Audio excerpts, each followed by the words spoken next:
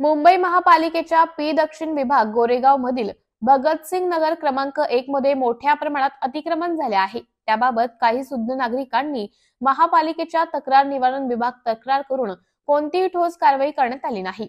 फक्त एखादा अपवाद वगळता थातुरमातुर पद्धतीने व नागरिकांना कारवाई केल्याचे दाखवण्यासाठी तोडक कारवाई करण्यात आली होती।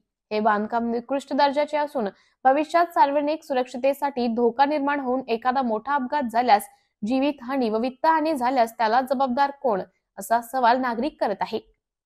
ती दक्षिण विभागाचे सहाय्यक आयुक्त संजय जाधव रुजू झाल्यापासून मोठ्या प्रमाणात अतिक्रमण झाल्याचं बोलले जात आहे। तोडक कारवाईच्या काही दिवस उलटल्यानंतर पुन्हा त्याच ठिकाणी त्याच धर्तीवरती एकावर एक मजले बांधून कारवाई करणाऱ्या अधिकाऱ्यांना एक प्रकारे आव्हान देण्यात आले आहे। अधिक्रमणासाठी संदर्भात नागरिक सोशल मीडिया, महापालिकेचे तक्रार पोर्टल व प्रत्यक्ष कार्यालयात फोटोसह तक्रार देऊन अतिक्रमण निर्मूलन अधिकारी मात्र कारवाई करत नाही। अतिक्रमण धारक आणि संबंधित अधिकाऱ्यांमध्ये काहीतरी आर्थिक देवाणघेवाण झाल्याचं परिसरातील नागरिकांमध्ये दबक्या आवाजात चर्चा आहे। बोलवण आल्याशिवाय जाणार नाही अशी पी दक्षिण विभागाच्या अधिकाऱ्यांची व्यथा आहे।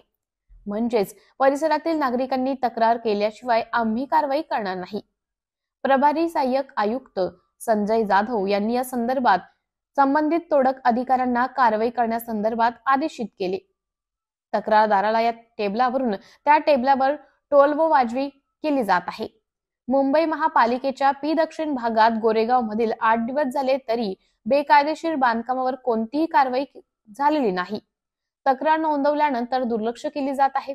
प्रशासनाने तात्काळ पावले उचलावी, अन्यथा हा विषय न्यायालयात घेऊन जावा लागेल।